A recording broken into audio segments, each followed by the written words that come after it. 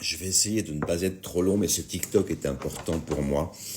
Et je compte vraiment sur vos réactions, vos commentaires, parce que j'ai quelque chose de particulier à vous dire. Certains savent que j'ai perdu ma maman il y a une semaine, voilà. Mais il y a quelque chose que je ne vous ai pas raconté.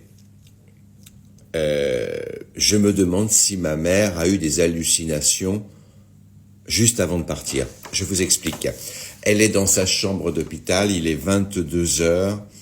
Elle appelle une infirmière parce qu'elle a un peu mal au ventre. C'est l'infirmière qui raconte ça, c'est pas du tout... C'est l'infirmière. Et elle dit à l'infirmière, je ne comprends pas, mon mari est là et il ne bouge pas.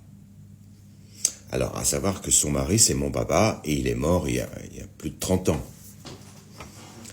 L'infirmière lui dit, mais... Parce que ma mère avait toute sa tête, vraiment, elle n'a jamais divagué jusqu'à la dernière minute. L'infirmière regarde, elle dit, non, mais Madame Drapier, ne vous inquiétez pas, il n'y a personne. Et elle insiste, elle lui dit, si, mon mari est là, mais il ne bouge pas.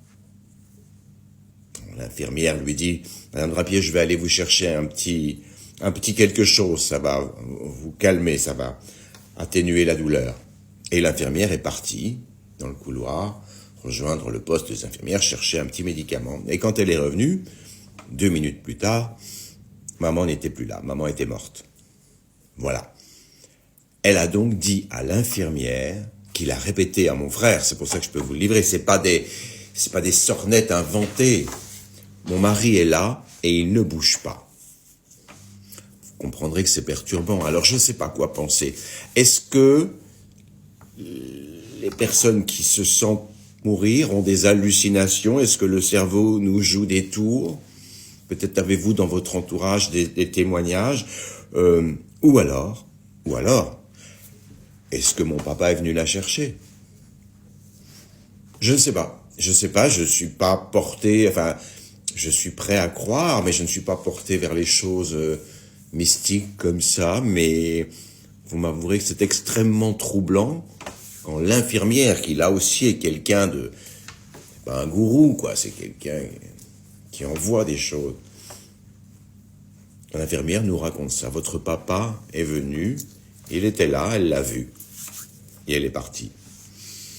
Vraiment, je compte sur vous, n'ayez pas...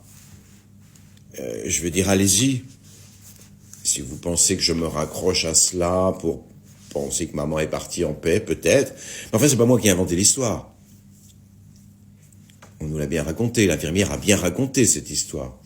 Est-ce que vous avez autour de vous des témoignages comme ça de gens qui auraient vu juste avant de mourir? Est-ce que si vous êtes médecin ou spécialiste, vous me dites non, le cerveau travaille juste avant de partir et on voit des choses qui n'existent pas. Je ne sais pas.